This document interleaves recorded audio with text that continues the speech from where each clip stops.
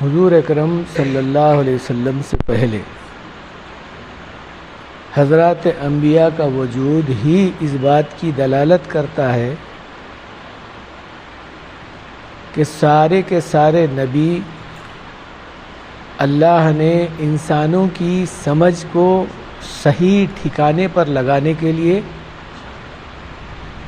اللہ سے جو دور ہوئے تھے اس کو قریب کرنے کے لیے اور اپنا بھولا ہوا سبق یاد دلانے کے لیے نبیوں کی آمد ہوتی تھی۔ کوئی نبی دنیا میں ایسے نہیں جو اللہ کے بندوں کو اللہ کی طرف نہ بلاتے ہو اور ایسا ہی دنیا سے چلے گئے ہو، ایسا نہیں ہوا، بلکہ نبیوں کی پیدائش خود اللہ تعالیٰ انسان کی ہدایت کے لیے اور انسان کو صحیح راستے پر لانے کے لیے بھیجایا کرتا تھا۔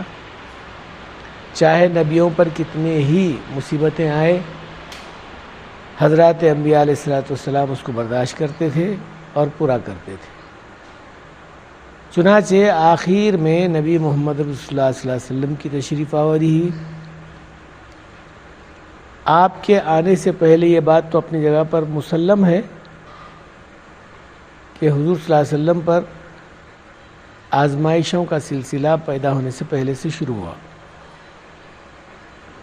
جب آپ ماں کے پیٹ میں تھے 2 مہینے آنے کے واسطے، یعنی 7 مہینے یا 6 مہینے جتنے بھی ہوں، والد محترم کا سایہ ختم ہو گیا، اور جب 4 سال کے ہوئے تو ماں کا سایہ ختم ہو گیا، 6 یا 8 سال کے ہوئے تو دادا کا انتقال ہو گیا۔ تو اب آزمائش کا معاملہ یہ ہوا کہ آپ کی پرورش کا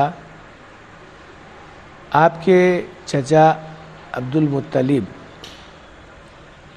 اپنے ذمے لے کر پرورش کا معاملہ شروع کیا، لیکن ظاہر بات ہے ماں اور باپ کی جو کیفیات ہوتی ہے وہ تو نہیں ہوتی، لیکن کتابوں میں لکھا ہے اپنے بچوں سے زیادہ عبد المطلب حضور صلی اللہ علیہ وسلم کی دیکھ بھال کرتے تھے۔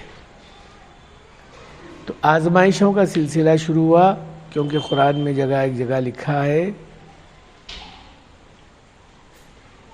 ان مع العسر یسرا مع العسر یسرا۔ جب کوئی تنگی آتی ہے تو اس کے بعد فراخی کا بھی معاملہ ہوتا ہے۔ چنانچہ رسول کریم صلی اللہ علیہ وسلم کا ابتدائی مرحلہ بہت ہی تنگ دستی اور مصیبتوں کا رہا۔ شاید اللہ یہ بتانا چاہتے تھے کہ اے نبی، تمہاری تنگی، تمہاری پریشانی، تمہاری مصیبت تمہارے آگے آنے والے دن اور ایام میں خوشخبری سنانے والے ہیں۔ ایک دوسری بات، کبھی رسول کریم صلی اللہ علیہ وسلم پیٹ بھر کر 2 وقت کا کھانا نہیں کھائے، تو ایسی زندگی قسم پرسی کی گزارے۔ چنانچہ زندگی میں کبھی بھی آپ کو ظاہری اعتبار سے سکھ اور خوشی کا معاملہ نہیں ہوا، تو پھر اللہ تعالیٰ کی طرف سے آزمائش کا معاملہ ہونے کے بعد، یہ مصیبتوں کا جو ہے انبار بچپن سے لگنے کے بعد پھر خوشیاں کب ہوئی؟ تو اس میں 2 باتیں علماء حضرات فرماتے ہیں۔ ایک تو یہ ہے کہ اللہ کے رسول صلی اللہ علیہ وسلم کو جس وقت آخر میں انہیں مدینہ منورہ منتقل ہوئے، تو جہاں سورہ اذا جاء نازل ہوئی تو اس میں خوشخبری سنائی گئی کہ اے نبی، اب لوگ جو ہے آپ کی محنت پر، آپ کی اس دوڑ دھوپ پر، اب زیادہ تر لوگ فوج در فوج انہیں جماعتیں بنا کر اسلام میں داخل ہوں گے۔ اب آپ کا کام دوڑ دھوپ کا نہیں ہے، اب اللہ کی عبادت کرنا، استغفار پڑھنا اور اللہ کی یاد میں لگا رہنا۔ فسبح بحمد ربک واستغفرہ انہ کان توابا۔ اللہ تعالیٰ سے توبہ کرو، استغفار کرتے رہو۔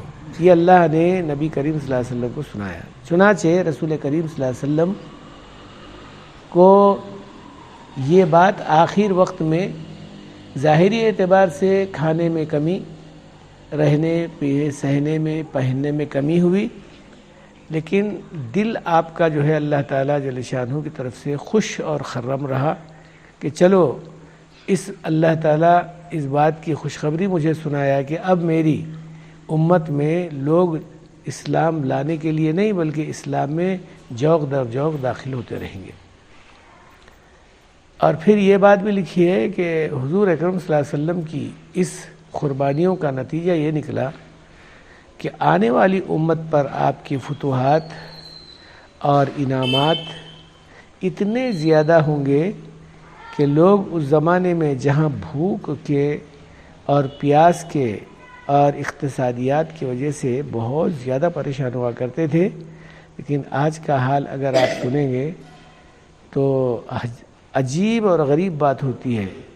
یہاں جو ہمارے ہندوستان میں یعنی حیدرآباد میں مدینہ بلڈنگ کے نام سے جو بنی ہوئی ہے، اس بلڈنگ کا کرایہ اس زمانے میں یہ ہمارے آصفیہ خاندان کے لوگ جو بنائے ہیں اسے، اس کا کرایہ، آمدنی تو اپنی جگہ پر ہے لیکن کرایہ جو آتا تھا وہ کرایہ مدینے کو جاتا تھا۔ یعنی لوگوں میں اتنی زیادہ تنگی اور وہاں کی ترشی کا مسئلہ تھا، لیکن آج کا ماحول یہ بنا ہے کہ کئی لوگ عربستان جانے کے بعد میں مالدار ہی نہیں بلکہ یہاں کے لوگوں کو بھی مال پیسہ بھیجاتے رہے کہ اللہ اتنا مالدار بنایا۔ ایک دوسری یہ بات ہوئی کہ وہاں کے ایریے کو اللہ تعالیٰ قبول کر لیا تو لوگ وہاں جانے کو آج نہیں بلکہ قیامت تک ترستے رہیں گے، چاہے وہ پیسہ کمانے کے اعتبار سے ہو، چاہے وہ اللہ کے گھر کی زیارت کرنے کے واسطے کی ہو، حج کے واسطے۔ تو یہ بات اللہ نے نبی کریم صلی اللہ علیہ وسلم کی قربانیوں کے نتیجے میں دیا۔ چنانچہ رسول کریم صلی اللہ علیہ وسلم پر جس وقت نبوت کے احکام نازل ہوئے، نبی تو آپ بچپن سے نہیں بلکہ دنیا کے پیدا ہونے سے پہلے بنائے گئے، لیکن اللہ نے یہ بات 40 سال کے بعد آپ کو نبوت کے احکام دیا تو آپ صفا پہاڑی پر چڑھ کر لوگوں کو اعلان کیا کہ اے لوگوں آ جاؤ، ایک خاص بات تم کو سنانی ہے۔ چنانچہ اس زمانے میں بلکہ ہمارے بچپن میں بھی ہم دیکھیں، کوئی اگر خاص بات حکومت کی طرف سے اعلان کی جاتی تھی، دھپڑا بجانے والا بجا کر بولتا تھا۔ چند روز پہلے جہاں شاید ایک 2-4 روز پہلے بھی اب ہوا تھا، یا دھپڑا بجاتے ہوئے لوگوں کو جو ہے اعلان کرتا چلے آ رہا تھا۔ وہ ہمارا بچپنا یاد ہے میرے کو، وہ زمانہ جو ہے دھپڑا بجانے کا آج بھی جو ہے باقی رہ گیا۔ تو کہا وہ زمانے میں جیسا اعلان کیا جاتا تھا دھپڑا بجا کے یا اعلان کیا جاتا تھا کسی چیز کو سنا کر، تو اس طریقے سے عربستان میں یعنی مکہ مکرمہ میں صفا کی پہاڑی پر چڑھ کے، چونکہ گاؤں چھوٹا تھا، آزو بازو کچھ لوگوں کی بستیاں گھر مکانیں وغیرہ تھیں، تو جب پہاڑی پر چڑھ کر کوئی آدمی اعلان کرتا تھا آ جاؤ کوئی خاص بات ہے تو لوگ جمع ہو جاتے تھے۔ تو حضور اکرم صلی اللہ علیہ وسلم بولے بھائی دیکھو، اگر میں یوں کہوں کہ ادھر سے ایک فوج آ رہی ہے تم کو قتل کرنے کے لیے یا لڑنے کے لیے، کیا تم میری ارے بند کر رہے بھائی، کیا بھائی تم اس بات کو جو ہے مانو گے؟ تو سارے لوگ بولے بھائی کیسا نہیں مانیں گے، اس واسطے کہ بچپن سے آپ جھوٹ نہیں بولے، آپ سچے ہیں۔ یعنی 2 باتیں حضور صلی اللہ علیہ وسلم میں بہت پکی تھیں، ایک تو آپ جھوٹ نہیں بولتے تھے، دوسرا امانت داری میں خیانت داری نہیں کرتے تھے۔ کوئی چیز لا کر رکھا تو اس کی چیز اس کو واپس کرتے تھے، یہ امانت بولتے ہیں اس کو۔ تو یہ امانت داری تھی حضور صلی اللہ علیہ وسلم کے پاس۔ اس زمانے کے بڑے بڑے لوگ یعنی پیسے والے قسم کے لوگ اس زمانے میں بینک وغیرہ نہیں تھے، تو پیسے لے کر آ کے ایک بڑے آدمی معتبر آدمی کے پاس رکھتے تھے تاکہ وقتیہ طور پر وہ ہمارے کام آ جائے، کیونکہ چوریاں وغیرہ بہت ہوا کرتی تھی اس زمانے میں۔ تو حضور صلی اللہ علیہ وسلم چونکہ بات کے پکے تھے، امانت دار تھے، تو اللہ کے رسول کے پاس ٹکا کے لوگ رکھتے تھے پیسے۔ حالانکہ بہت سارے لوگ یہودی لوگ بھی لا کے رکھتے تھے، جبکہ آپ کو دشمن سمجھتے تھے، کسی پوچھنے والے نے پوچھا یہودی سے، یہودی پوچھ رہا ہے تو ہمارے آدمی کے پاس کیوں نہیں رکھتا پیسے، ان کے پاس کیوں رکھتا جبکہ وہ ہمارے دشمن ہیں؟ تو انہیں بول رہا ارے تیرے کو معلوم نہیں ہے ہمارے آدمیاں کیسے جگہ بند کرنے والے، کیسے لوگوں پہ ٹوپیاں ڈالنے والے، کیسا لوگوں کا مال لوچ کر کھانے والے، کیسا لوگوں کو پریشان کرنے والے ہیں۔ آج بھی ہو سکتا ہے ہمارے دشمن تو ہم سمجھ رہے ہیں، لیکن ویسی امانت داری شاید نہ پہلے تھی نہ آگے ہوگی۔ ایک آدمی آیا، یعنی صحابی رسول صلی اللہ علیہ وسلم، یہودی پیسے والا تھا،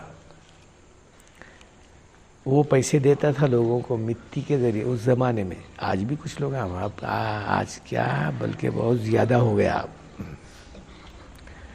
تو وہ آئے بہت سارے، وہ یہودی تھا اصل میں، تو یہودی لوگ بھی اس کے پاس بیٹھے تھے پیسے لینے کے لیے۔ صحابی ایک چھوٹے سے گھوڑے کے اوپر، جس کو ٹٹو بولتے ہیں، خمیص نہیں تھی ان کے جسم پہ، یہاں سے جو ہے گھٹنے کے نیچے تک ایک چمڑا جو ہے لگا ہوا تھا، یعنی اپنے ستر کو چھپانے کے لیے۔ شملے کی جگہ پر رسی بندھے ہوئے تھے، یعنی اتنی اختصاص، اتنی تنگ دستی کا مسئلہ تھا اس زمانے میں۔ تو وہ صحابی آ کر کہنے لگے ارے بھائی مجھے 100 دینار چاہیے۔ فوراً وہ یہودی 100 دینار کی تھیلی لیا اور دے دیا، نہ نام پوچھا، نہ کام پوچھا، نہ کب دیتے واپس یہ پوچھا، کچھ نہیں، لیا اور فوراً حوالے کر دیا۔ یہ لوگ جو بیٹھے ہوئے تھے یہودی نے، وہ کہنے لگے ارے ہم لوگ تیرے ذات کے، ہم بھی یہودی تو بھی یہودی، ہم کتنی دنوں سے تیرا انتظار کر رہے ہیں بیٹھے ہوئے یہاں پر، ہمارے کو نہیں دیتا تو، بغیر لکھے کے نہیں دیتا، بغیر رہن کے نہیں دیتا، بغیر کوئی چیز کے جو ہے ڈپازٹ کے نہیں دیتا تو، وہ آتے دے دیا۔ وہ تو بالکل جو ہے ایسا کیسا جو ہے آدمی تھا وہ، کوئی چیز اس کے پاس نہیں، کپڑے پہننے کو تک نہیں تھے اس کے پاس، ایسے آدمی کو تو دے دیا، وہ بھی 100 دینار، کوئی معمولی بات ہے؟ تو یہ یہودی کہہ رہا ہے ارے تم لوگوں کا بھروسہ نہیں ہے، سامان رکھنے کے بعد میں بھی یہ جو پیسے لے جاتے اس کے بارے میں سر پھوڑ لینا پڑتا ہے تمہارے پاس سے لینے کے لیے، جو انہیں لے کر گیا نا اب دیکھو تم۔ اور یہ بولے وہ صحابی بولے بھئی یہ پیسے لے جا رہا ہوں 1 مہینے میں واپس کروں گا۔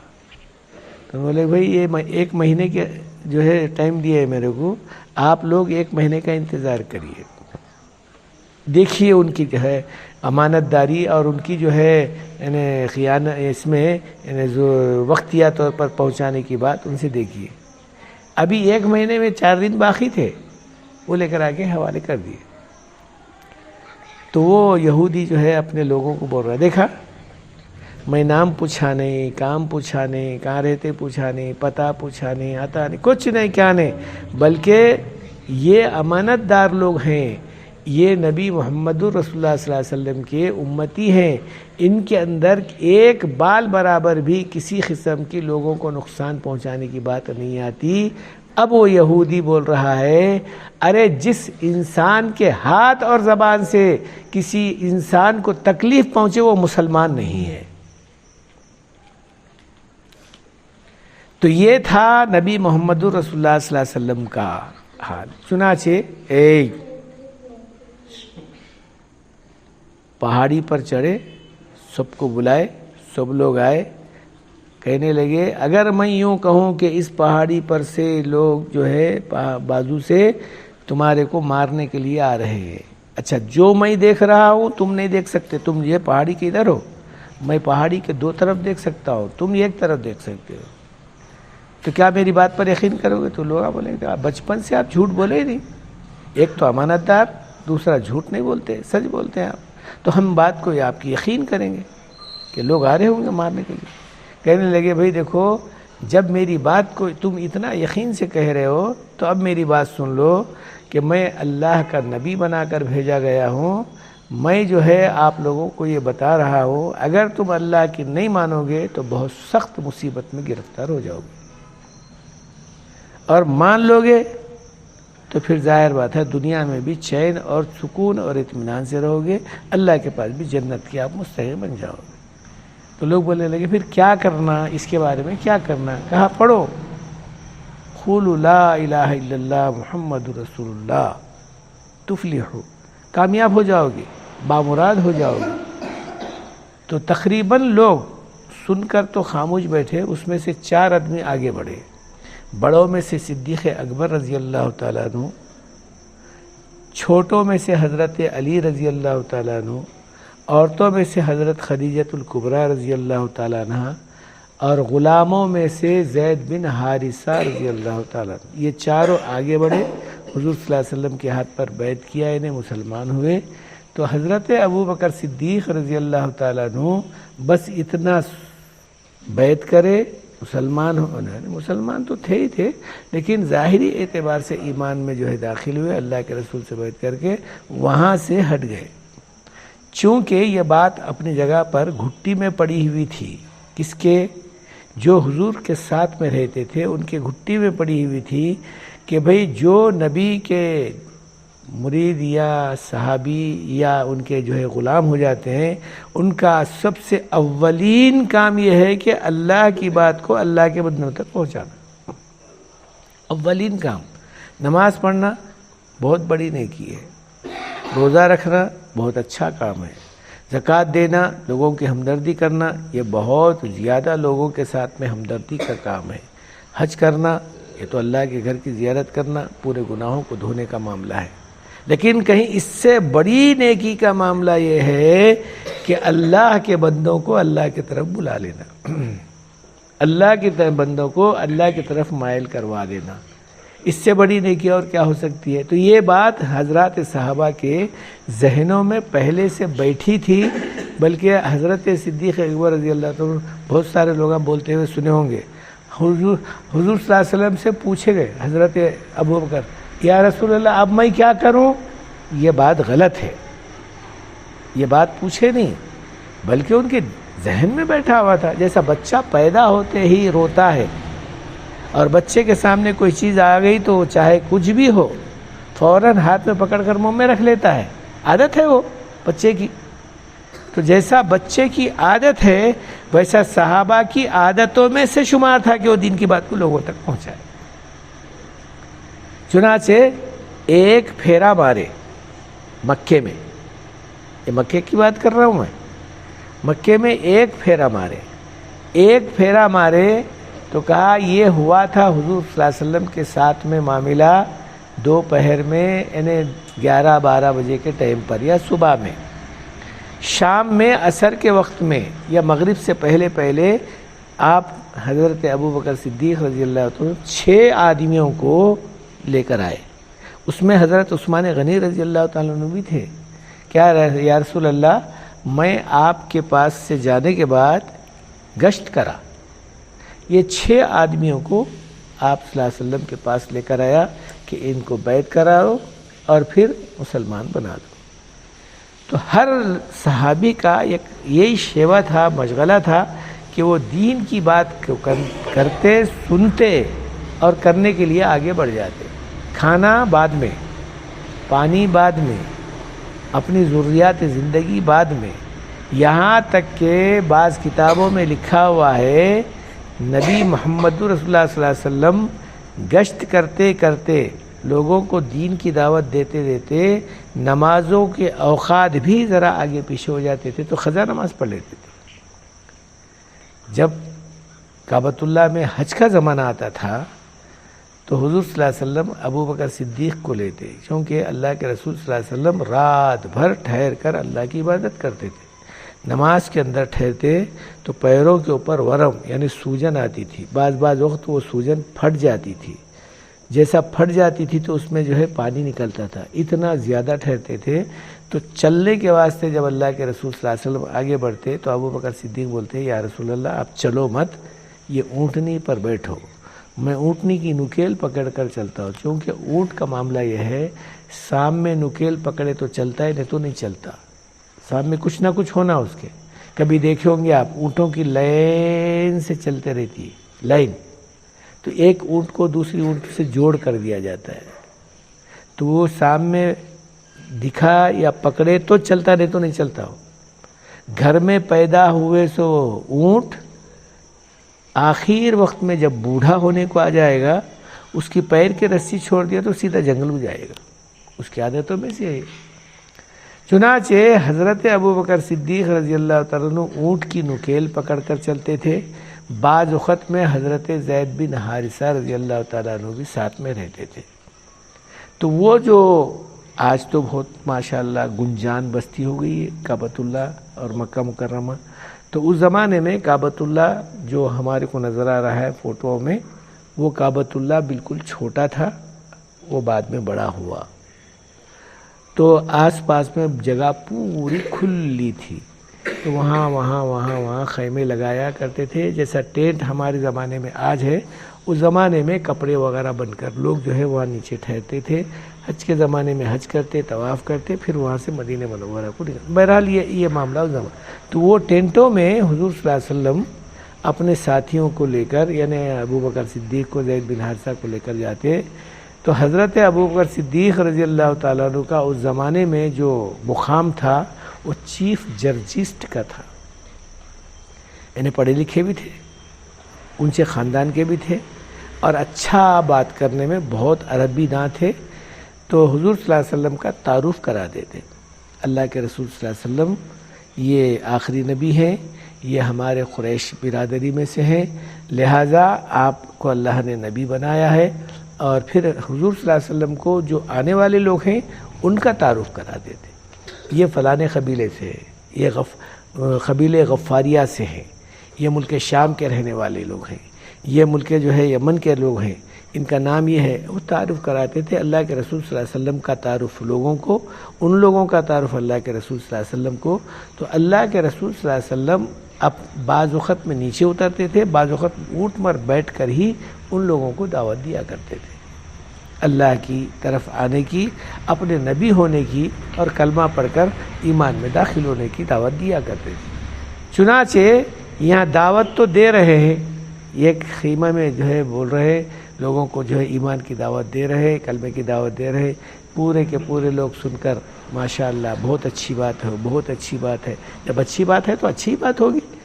چنانچہ تھوڑی دیر کے بعد ایک آدمی لہیم شہیم، جس کو بولتے ہیں کہ بھئی دیکھنے میں بہت اچھا دکھ رہا ہے آدمی، گورا گمٹا اونچا پورا آدمی، جو ہے بولنے میں بھی اچھا ہے، چہرے میں بھی اچھا ہے، ادھر سے آ رہا ہے، آ کر بول رہا ہے لوگوں، وہ جو ابھی تمہارے کو بول کر گیا نا، ابھی اس کی بات نہیں ماننا، ایک خدا بول لیتے پھر رہنا، نہیں ماننا اس کی بات۔ تو بولے بھائی کیوں، کیا بات ہے؟ ارے وہ پاگل ہے، ارے 360 سے کچھ نہیں ہو رہا تو ایک سے کیا کرے ہوگا ہمارا کام؟ لوگوں کی ظاہری ذہن ہے، بھائی بات تو بالکل صحیح ہے۔ تو لوگ بولتے، بعض لوگ اس میں سے ایک دو، نہیں بھائی ہمارے کو سمجھ میں آ گئی بات، وہ آدمی کے بات میں سچائی ہے، تیری بات میں اچھائی معلوم نہیں ہو رہی ہے، تو جھگڑالو معلوم ہوتا ہے یا اس آدمی کا دشمن معلوم ہوتا ہے۔ تو کہتا نہیں نہیں نہیں بھائی، میں دشمن نہیں ہوں، میں اس کا چچا ہوں، میرا وہ بھتیجا ہے۔ اور یہ بولنے والا کون تھا؟ ابو لہب، حضور صلی اللہ علیہ وسلم کے باپ کا خاص بھائی۔ تو اس طریقے سے اللہ کے رسول صلی اللہ علیہ وسلم پر قربانیوں کا انبار ہوا کرتا تھا۔ اب لوگ کچھ شرارتی قسم کے بھی ہوتے ہیں، جو لوگ اچھی بات بولتے ہیں نا، ان کے پیچھے جو ہے کچھ نہ کچھ لگ جاتا ہے۔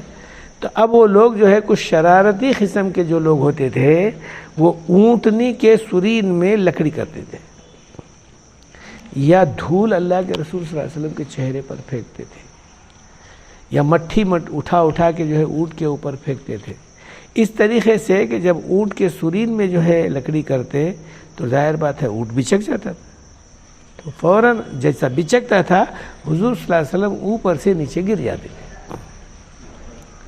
اب ابوبکر صدیق اور حضرت زید بن حارثہ دو ہی تو ہے، اور کون ہے؟ پھر اللہ کے رسول صلی اللہ علیہ وسلم کو اٹھاتے، چہرہ وغیرہ صاف کرتے۔ اب اونٹ کے اوپر سے جب نیچے گرے تو ریتی ہے، دھول ہے وغیرہ وغیرہ سب لگ جاتی تھی، تو صاف کر کے اللہ کے رسول صلی اللہ علیہ وسلم کو پھر سے جو ہے اللہ کے رسول بولتے ہیں بھائی کچھ نہیں ہوا، میرے کو کچھ نہیں ہوا۔ چنانچہ دن بھر اس طریقے سے فجر کی نماز سے پہلے نکلتے تھے، عشاء کی نماز کے بعد گھر کو پہنچتے تھے۔ جب حضرت فاطمہ رضی اللہ تعالیٰ عنہ، چونکہ آپ کی بیوی حضرت خدیجہ الکبریٰ رضی اللہ تعالیٰ عنہ کا انتقال ہو گیا تھا، حضرت فاطمہ اکیلی تھی گھر میں، تو حضرت فاطمہ رضی اللہ تعالیٰ عنہ جب شام کے وقت میں، مغرب کے وقت میں کبھی اللہ کے رسول جلدی آتے تو دیکھتے کہ ابا حضور کو جو ہے سارے کا سارا جسم دھول سے بھرا ہوا ہے، مٹی سے بھرا ہوا ہے۔ تو اللہ کے رسول صلی اللہ علیہ وسلم کو پہلے تو لے کر آ کے کپڑے سے پوچھتی تھی، وہاں پانی کی ذرا تنگی تھی تو پانی لے کر آ کے پیروں کو پوچھتی تھی، چہرے کو پوچھتی تھی، تاکہ دھول ختم ہو جائے اور تکان دور ہو جائے۔ تو حضرت فاطمہ رضی اللہ تعالیٰ فرماتی ہیں یا رسول اللہ، آپ اتنی زیادہ تکلیف کے اندر کیوں جو ہے اپنے آپ کو لوگوں کے حوالے کر رہے ہیں؟ اللہ خود اس کے بارے میں یوں فرمایا کہ ہم پوری دنیا میں کچی اور پکی گرسی کے اندر کلمہ داخل کر کے رہیں گے۔ تو اللہ کے رسول صلی اللہ علیہ وسلم فرماتے ہیں فاطمہ یاد رکھ، آج تیرا باپ کو تو بہت تکلیف میں دیکھ رہی ہے، لیکن ایک وقت آئے گا کہ ساری دنیا میں سب سے زیادہ اللہ کی اور اللہ کے رسول کی بات ماننے والے ہو جائیں گے، مشرق سے لے کے مغرب۔ ہو سکتا ہے یہ زمانہ حضرت عیسیٰ علیہ السلام کے بعد ہوگا، کیونکہ دنیا میں کوئی غیر نہیں ہوگا، کوئی نہیں ماننے والا نہیں ہوگا۔ پوری دنیا کی انسانیت پوری اللہ کو ماننے والی یعنی اللہ کے رسول صلی اللہ علیہ وسلم کی امت ہوگی، مسلمان ہو جائے گی۔ تو یوں فرمایا جب تک اس وقت تک یہ بات بولتے رہنا ہے تب تک لوگوں کے اندر دین کی پوری باتیں نہ آ جائے۔ اس واسطے سے کہا کہنے والوں نے جب پوری کی پوری بات آپ کو جو ہے کرنے کا اللہ اختیار دیا ہے، حق دیا ہے، تو کیا ہی بہتر ہوتا کہ اللہ کی طرف سے ہونے والے انعام کو آپ حاصل کریں۔ کل قیامت کے دن آپ کم سے کم اللہ کے سامنے بول سکتے ہیں اے اللہ میں بھی کوشش کیا تھا، جیسا خون کے انگلی کو خون لگا کر شہیدوں میں مل جانا ہے۔ تو صحابہ اپنی پوری قربانی دیے، نبیاں اپنی پوری جو ہے جانیں کھپا دیے، اولیاء اللہ اپنے پورے جو ہے مال اور دولت لوٹا دیے۔ ہم کم سے کم اتنی بات تو کم سے کم لوگوں تک پہنچانے کی کوشش کریں گے تو انشاءاللہ ہم کامیاب بامراد ہو جائیں گے۔ اللہم صلی علی سیدنا شفیعنا نبینا حبیبنا مولانا محمد وعلی آل سیدنا مولانا محمد بارک وسلم۔ اللہم ربنا ظلمنا انفسنا وإن لم تغفر لنا وترحمنا لنکونن من الخاسرین۔ ربنا افرغ علینا صبرا وثبت اقدامنا وانصرنا علی القوم الکافرین۔ اللہم حفظنا من کل بلاء الدنیا وعذاب الآخرہ۔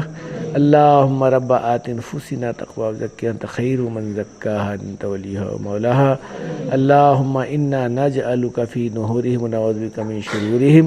صلی اللہ تعالی علی خیر خلقہ محمد وآلہ وصحبہ اجمعین برحمتک یا ارحم الراحمین۔